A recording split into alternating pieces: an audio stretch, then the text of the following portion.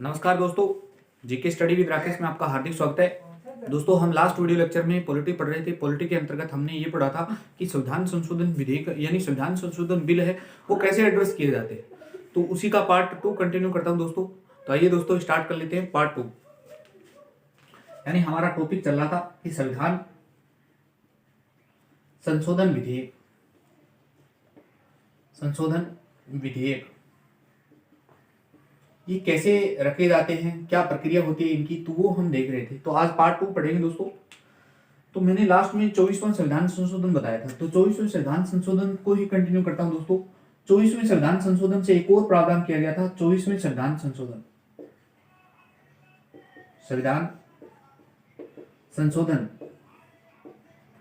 1970 के द्वारा 24वें संविधान संशोधन 1970 के द्वारा अनुच्छेद 13 के अंतर्गत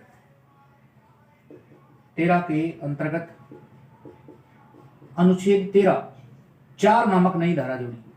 अनुच्छेद 13 4 नामक, ये सब क्लोज हो गए दोस्तों। 4 नामक नई धारा जोड़ी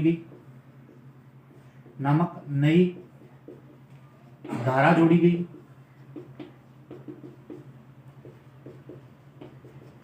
अब 13(4) में क्या लिखा तो वो सुन लीजिए दोस्तों। 13(4) में ये उल्लेख किया, यानी अनुच्छेद 13(4), ये देख रहा हूं, अनुच्छेद 13 सबक्लोज इसका 4 के अनुसार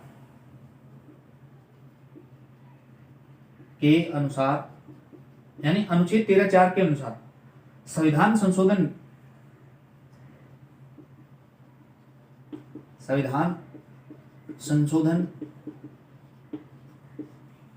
विधि शब्द की परिभाषा के अंतर्गत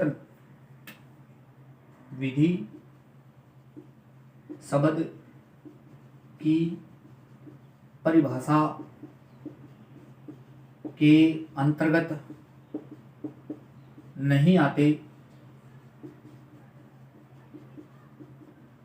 अर्थात इसका मतलब क्या है वो लिख देता हूं, बाद में समझाने का प्रयास कर। अर्थात न्यायपालिका में चुनौती नहीं दी जा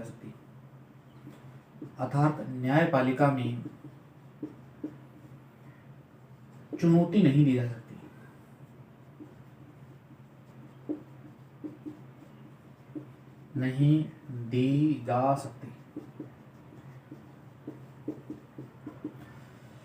यानी 24वें संविधान संशोधन के द्वारा एक तो अनुच्छेद 368 में ये प्रावधान किया गया दोस्तों। अनुच्छेद 368 में ये प्रावधान किया गया कि राष्ट्रपति संविधान संशोधन विधेयकों को अनिवार्य रूप से अपनी स्वीकृति देवे। और 24वें संविधान संशोधन के द्वारा ये प्रावधान किया गया कि अनुच्छेद 13(4) नामक नई धारा जोड़ी और अनुच्छेद 13(4) में ये उल्लेख कर दिया कि संविधान संशोधन है वो विधि शब्द की परिभाषा से बाहर कर दिए गए। अर्थात विधि शब्द का मतलब है उन्हें न्यायपालिका में चुनौती नहीं दी जा सकती। कितनी बड़ी बात हो। यानी ये संविधान संशोधन तो ऐसा संविधान संशोधन हुआ जो संसद को असीम शक्तियां प्रदान करने लग गया दोस्तों। हालांकि इन सबको लेकर ही वास्तव में आप सभी जानते हैं कि केशवानंद भारती वाला केस आया था सामने, जिसने सुप्रीम कोर्ट के हनुमान को बचा लिया, यानी सुप्रीम कोर्ट को बचाया था दोस्तों। लेकिन वो हम पढ़ेंगे आधारभूत ढांचे में। लेकिन फिलहाल मैं ये बता रहा हूं कि 24वें संविधान संशोधन के से ये इस टॉपिक में ऐसा जुड़ा था दोस्तों। तो ये आपको क्लियर हो गया होगा दोस्तों। अनुच्छेद 13(4) नामक सब क्लोज, यानी अनुच्छेद 13(4) सब क्लोज जो है मूल संविधान का भाग नहीं। कब जोड़ा गया था तो 1970 में 24वें संविधान संशोधन के द्वारा जोड़ा गया था। मैं ये बताने का प्रयास कर रहा हूँ फिलहाल। तो क्या लिखा हुआ है तो ये लिखा हुआ है कि संविधान संशोधन विधेयक है वो विधि शब्द की परिभाषा से बाहर है, अर्थात उन्हें न्यायपालिका में चुनौती नहीं दी जा सकती। अब इसको कौन करेगा चैलेंज वो सब हम बाद में देखेंगे। एक स्टार लगा लेना दोस्तों। ये तो बहुत बड़ी बात है, बहुत वेरी वेरी कॉमन सवाल है। ये पूछा नहीं हुआ आज तक, पूछा जाएगा, सीधा एड्रेस कर लेना दोस्तों, स्टार लगा लेना। संविधान संशोधन विधेयक पर जनमत का कोई प्रावधान नहीं है दोस्तों। संविधान संशोधन के संदर्भ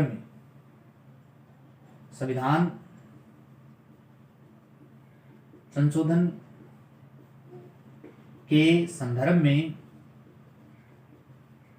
जनमत का कोई प्रावधान नहीं।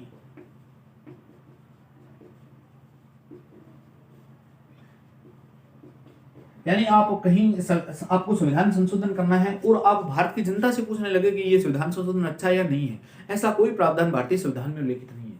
तो ये स्टार लगा लेना दोस्तों, जनमत संग्रह जैसा कुछ शब्द उल्लेखित नहीं है। जनमत संग्रह, देख लेना, संग्रह शब्द।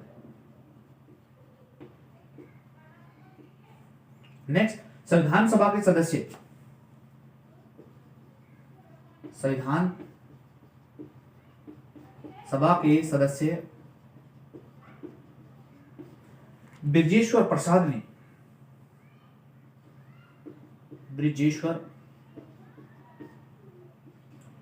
प्रसाद ने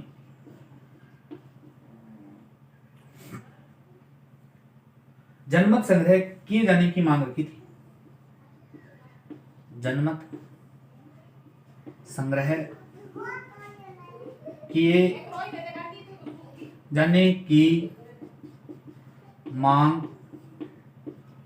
रखी थी।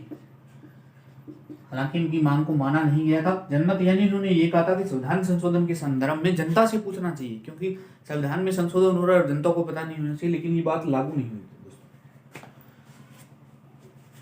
नेक्स्ट बिंदु में चर्चा करूं,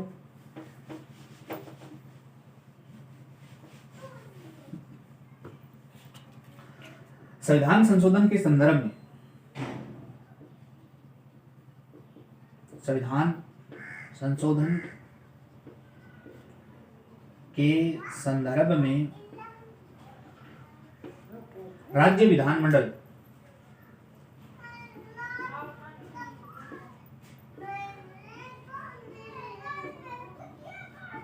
राज्य विधानमंडलों के लिए कोई समयावधि निर्धारित नहीं है, के लिए कोई समयावधि निर्धारित नहीं है। बहुत बड़ी बात है दोस्तों। जो भी स्टेट पीएससी देते हैं दोस्तों, स्टेट पीएससी वाले इस लाइन को नोट कर लेना दोस्तों, क्योंकि स्टेट पीएससी में राज्य का प्रशासन जुड़ता है दोस्तों, पूरा का पूरा राज्य प्रशासन जुड़ता है। तो यानी प्रत्येक राज्य में विधानमंडल कैसा, विधान परिषद होती है नहीं होती है, वो सब चर्चाएं जुड़ती है। तो ये लाइन उनके लिए बहुत महत्वपूर्ण है दोस्तों। यानी अब आपको ये तो मैं बता ही चुका हूँ दोस्तों, संविधान संशोधन यानी कुछ बिल ऐसे होते हैं जिनमें विशेष बहुमत प्लस आधे राज्यों का अनुमोदन चाहिए, तो वहां आधे राज्यों का अनुमोदन विधानमंडलों के द्वारा लिया जाता है। तो विधानमंडल के पास में कोई टाइम की लिमिट है क्या? तो कोई टाइम की लिमिट नहीं है। ये बात मैंने स्पष्ट तौर पर, यानी मैंने क्या संविधान में स्पष्ट तौर पर लिखी हुई है। नेक्स्ट, यूं भी लिख सकते हैं, यानी उनकी मर्जी से अनुमोदन होगा, यानी उनकी मर्जी से अनुमोदन।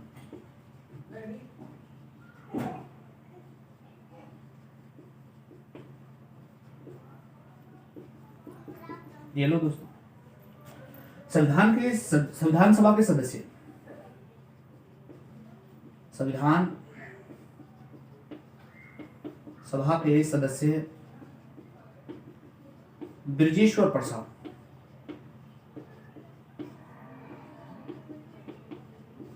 ब्रिजेश्वर प्रसाद ने संविधान संशोधन के संदर्भ में, संविधान संशोधन के संदर्भ में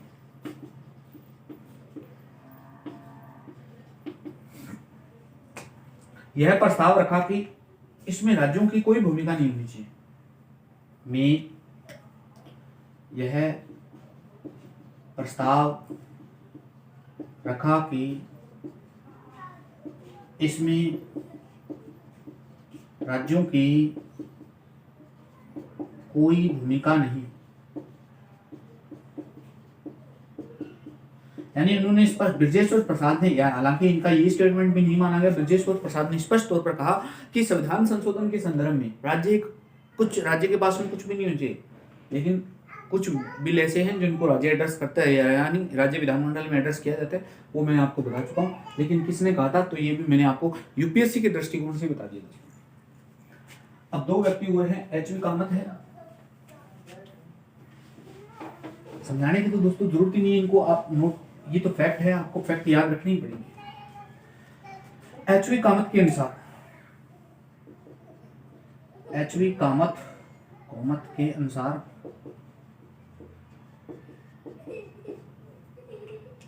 बिल रखने यानी कोई विधेयक रखने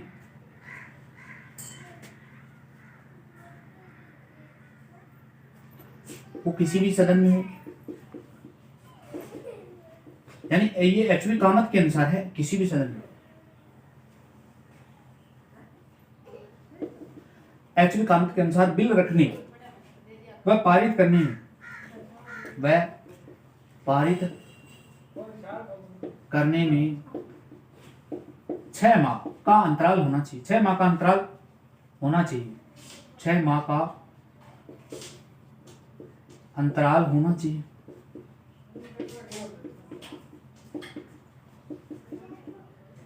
लेकिन ये प्रस्ताव इनका क्या हुआ, खारिज हो गया दोस्तों। आप सभी जानते हैं लोकसभा में तो चलो फिर भी लोकसभा भंग होती है, लेकिन राज्यसभा तो एक परमानेंट हाउस है, उसमें अगर कोई बिल एड्रेस कर दिया जाता है यानी उसमें बिल रखा जाता है तो वो बिल कभी निरस्त नहीं होता जब तक वो बिल यानी राज्यसभा उसे निरस्त नहीं कर दे। अगर राज्यसभा में पड़ा है तो 10 साल पड़ा रहे, कोई फर्क नहीं पड़ेगा। लेकिन एचवी कामत के अनुसार ये 6 माह का एक गैप उन्होंने बताया था दोस्तों, उनकी ये बात है। एचवी कामत के अनुसार बता रहा हूं दोस्तों। दूसरा दोस्तों एचवी कामत के अनुसार है दोस्तों, जब कोई बिल संसद द्वारा पारित होकर जब कोई बिल संसद के द्वारा पारित होकर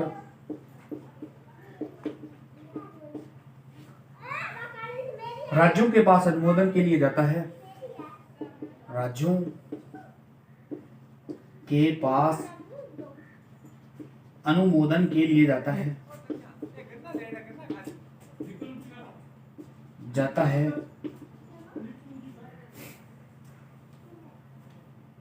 तथा राज्य बिल पारित ना करे यानी ऐसा कोई बिल जो राज्यों के पास में जाता है और राज्य उस बिल को पारित नहीं करे, बिल पारित नहीं करे,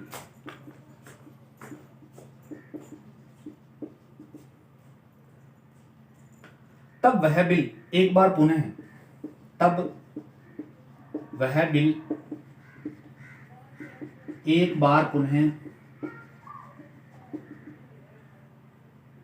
संसद द्वारा पारित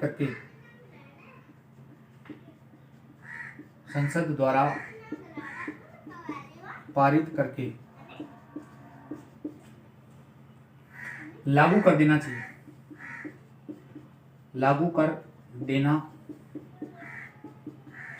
तो ये एचवी कामत ने कहा था। एचवी कामत के अनुसार यानी एचवी कामत ने 2 बातें रखी कि बिल है वो किसी भी सदन में रखे, बिल रखने और पास करने यानी पारित करने की जो अवधि है वो 6 माह होनी चाहिए, लेकिन बिल इनकी बात नहीं मानेगी। दूसरा स्टेटमेंट ये है कि जब कोई बिल यानी संसद से पास होकर किसके पास में जाएगा, तो राज्यों के पास में, यानी राज्य विधानमंडल के पास में जाता है और राज्य उस पर अस्वीकृति देते, तब वह बिल संसद के पास में एक बार वापस आना चाहिए और अगर उसे संसद पारित कर देती है तो उसे पास मान लेना चाहिए, यानी दोबारा राज्यों के पास में न जाए, ऐसा उन्होंने कहा था। तो ये एचवी कामत के अनुसार था। तो ये थी दोस्तों संविधान संशोधन के संदर्भ में किस प्रकार पहल होती है। तो इस पर मैंने पूरी अच्छे तरीके से व्याख्या कर दी, 2 वीडियो में अच्छे तरीके से बताया दोस्तों। अब आपका मेरे हिसाब से यूपीएससी हो चाहे स्टेट पीएससी हो चाहे आप कोई सा भी एग्जाम दे रहे हैं जिसमें पॉलिटी पूछी जाती है, तो यहाँ से लगातार प्रश्न बन रहे हैं दोस्तों। तो ये एक चैप्टर था, हालांकि ये चैप्टर पूरा नहीं हुआ, इसको आगे मैं जोड़ूंगा आधारभूत संरचना के साथ में, और आधारभूत संरचना के साथ में ही जोड़ दूंगा दोस्तों। यानी पहली बात तो आपकी समझ में यही नहीं है कि आधारभूत संरचना है क्या, इसकी सर्वप्रथम व्याख्या कहाँ से स्टार्ट हुई दोस्तों। इस पर भी 2 मत हैं, कुछ जर्मनी के विद्वान से मानते हैं तो कोई पाकिस्तान के संविधान से मानता है। तो उनका क्या मत है, वास्तव में सही क्या है, आपको क्या सही करना है, उस पर हम देखेंगे। और आधारभूत संरचना जैसा केस भारत में कब आया, यानी उसकी भारत में ऐसा कौन सा केस था जिसमें ये धारणा अपनाई गई, पहले रखा गया था, नहीं रखा गया, तो वो सब पूरा जोड़ेंगे और उसमें लगातार 105 अमेंडमेंट भी पढ़ने का प्रयास करेंगे दोस्तों, क्योंकि यूपीएससी में एक अमेंडमेंट पूछा जाता है, 15 सवाल आते हैं दोस्तों पॉलिटी के, तो 15 में से हमारा एक भी सवाल गलत नहीं होना चाहिए। इस प्रकार हम चैप्टरों को क्रमशः पढ़ाने का प्रयास कर रहा हूँ दोस्तों। तो मिलते हैं दोस्तों नेक्स्ट वीडियो में आधारभूत संरचना के साथ में। यह वीडियो आपको कैसा लगा, लाइक शेयर कमेंट करके जरूर करना दोस्तों। अगर आपने मेरा चैनल सब्सक्राइब नहीं किया तो चैनल को प्लीज सब्सक्राइब कर लीजिएगा। और पास में लगे बेल आइकन को भी प्रेस कर लीजिए ताकि आने वाला नया नोटिफिकेशन है वो आपको मिल सके। और अपने मित्रों तक भी इस वीडियो को शेयर कीजिए ताकि वो भी पढ़े। यानी डॉक्टर बी.आर. अम्बेडकर ने कहा था, शिक्षा वह शेरनी का दूध है जो जितना पिएगा उतना ही दहाड़ेगा। मेरा उद्देश्य यही है कि सब अगर शिक्षा पर किसी यानी पैसे वालों का अधिकार नहीं होना चाहिए, सभी पर सभी पढ़ें, सभी बढ़े भी। धन्यवाद दोस्तों, मिलते हैं नेक्स्ट वीडियो में।